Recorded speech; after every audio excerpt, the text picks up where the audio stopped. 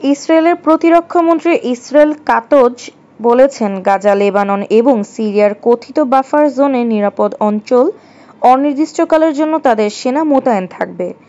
এ পর্যন্ত যেসব এলাকা দখলে নেওয়া হয়েছে সব অঞ্চলের কথা উল্লেখ করে এ ঘোষণা দিয়েছেন তিনি। এ খবর দিয়েছে অনলাইন স্কাই নিউজ। এতে বলা হয়, মার্চে একতরফাভাবে যুদ্ধবিরতির চুক্তি ভঙ্গ করে গাজায় পুনরায় হামলা শুরু করেছে ইসরায়েল।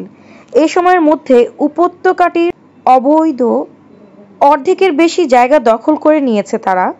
গত বছর হিজবুল্লাহ সঙ্গে যুদ্ধবিরতির পরও লেবাননের কিছু এলাকা থেকে নিজেদের দখলে ধরে রেখেছে। সিরিয়ার স্বৈরশাসক বাশার আল আসাদের পতনের পর সে দেশেরও একটি বাফার জোন দখলে নেয় তেল আবিব। গাজাসহ লেবানন ও সিরিয়ার দখলকৃত অঞ্চলে তাদের সৈন্য মোতায়েন রাখার কথা জানিয়েছে কাতজ। তার এই ঘোষণার ফলে হামাসের সঙ্গে যুদ্ধবিরতি চুক্তির আলোচনা আরও কঠিন হয়ে যেতে পারে। বুধবার প্রকাশিত বিবৃতিতে ইসরায়েলি প্রতিরক্ষামন্ত্রী বলেন, অতীতের মতো ইসরায়েলি সেনারা যেসব অঞ্চল দখল করেছে সেসব অঞ্চল থেকে সরে যাচ্ছে না।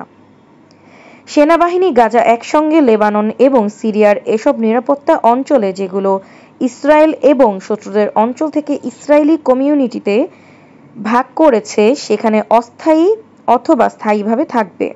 প্রতিরক্ষামন্ত্রী এমন বিবৃতির পর ইসরায়েলি জিম্মিদের পরিবার একটি বিবৃতি দিয়েছে। এতে তারা বলেছেন, সরকারের কথা দিয়েছিল জিম্মির সবার আগে মুক্তি পাবে, কিন্তু জিম্মিদের আগে ইসরায়েল এখন ভূমি দখলের প্রাধান্য দিচ্ছে।